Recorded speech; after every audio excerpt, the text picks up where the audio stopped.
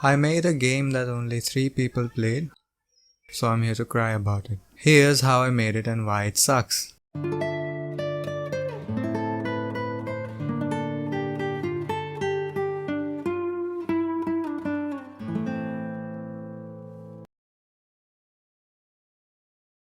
It started back around January 2021 when I got to watch Scam 1992. For those who don't know what it is, it's about Harshad Mehta and how he pulled off a scam of a huge level in the stock market.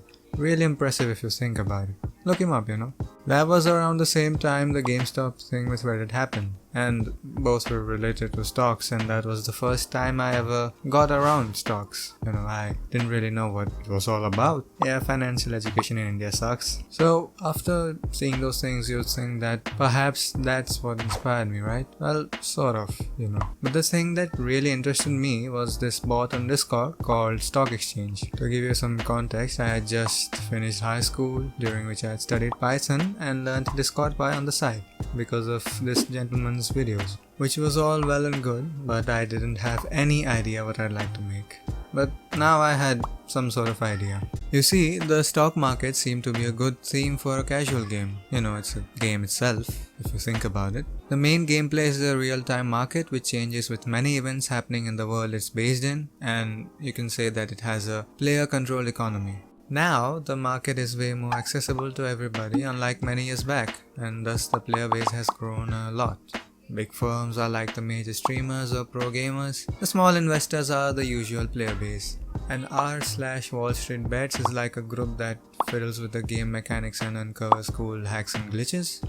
See where this is going? So yeah, I wanted to make a game about stocks at this point. As for Discord, it has a variety of bots that have different types of casual games which have become commonplace in most servers. Making a bot in Discord is very easy too, especially using Python, and there's a lot of great videos for that. And a game as a bot has its own advantages, like you have almost zero front-end development, easy accessibility for players, and it's easy to promote really. It's in the server, so you just have to get people to join it. I finally settled with the idea to make a stock trading bot, but instead of using real-time data of real companies, I had this even better idea.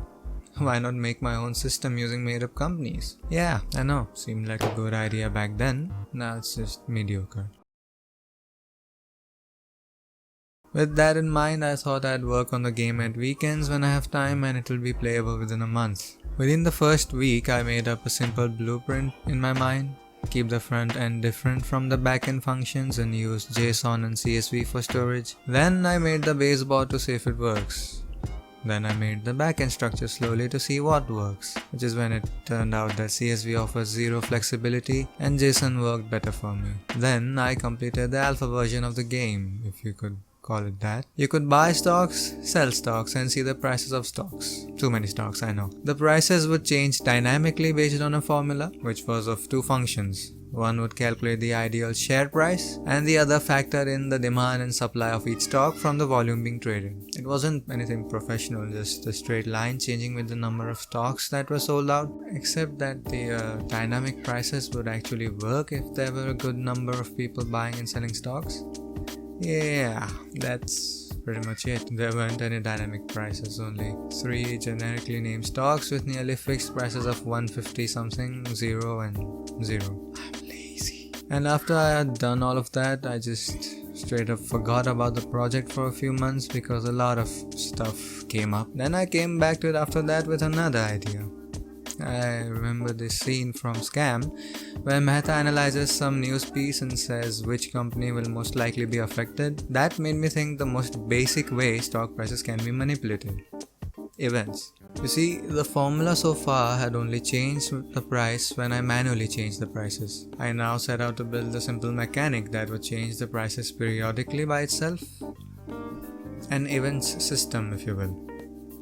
To visualize what I mean, imagine it like this. Let's say there's a shipping company S-Line, which relies on many of its ships to deliver cargo on time, but one day one of its ships gets stuck in a canal and makes headlines across the world. Their clients lose faith in their choice and some of them back out of their deals, thus reducing their profit. People say this and sell off their stocks, so directly and indirectly, the stock prices fall. That is what qualifies as an event in this game. Events around the world will have some influence on certain companies' prices, either reducing or increasing them, and these events will be reported along with the daily news. This mechanic would let players sort of predict the trends of a stock price and kind of keep them engaged, and also helps in the world building.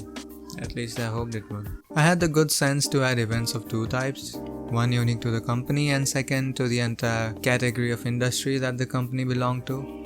Make stuff interesting and the work more painful. The events would be triggered with a daily update function, and I got the entire system working in 2 nights. Then I forgot about the project for a few months again. In case you haven't realized it yet, I have commitment issues.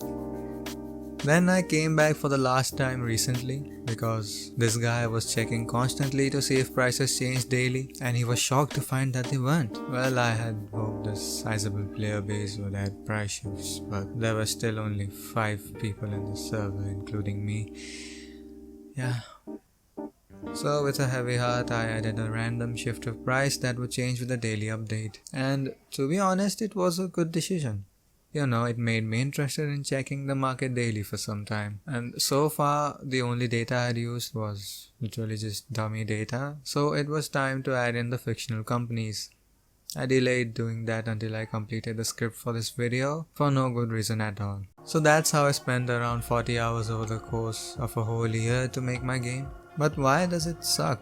Because it has a player base of 4 people and there's 5 people in the server. So if you watch the video to its end, I hope you join the server and at least try it out once. I do intend to add content to this game because it was its own sort of fun. Plus I finally made a game that other people can play, so that should mean something.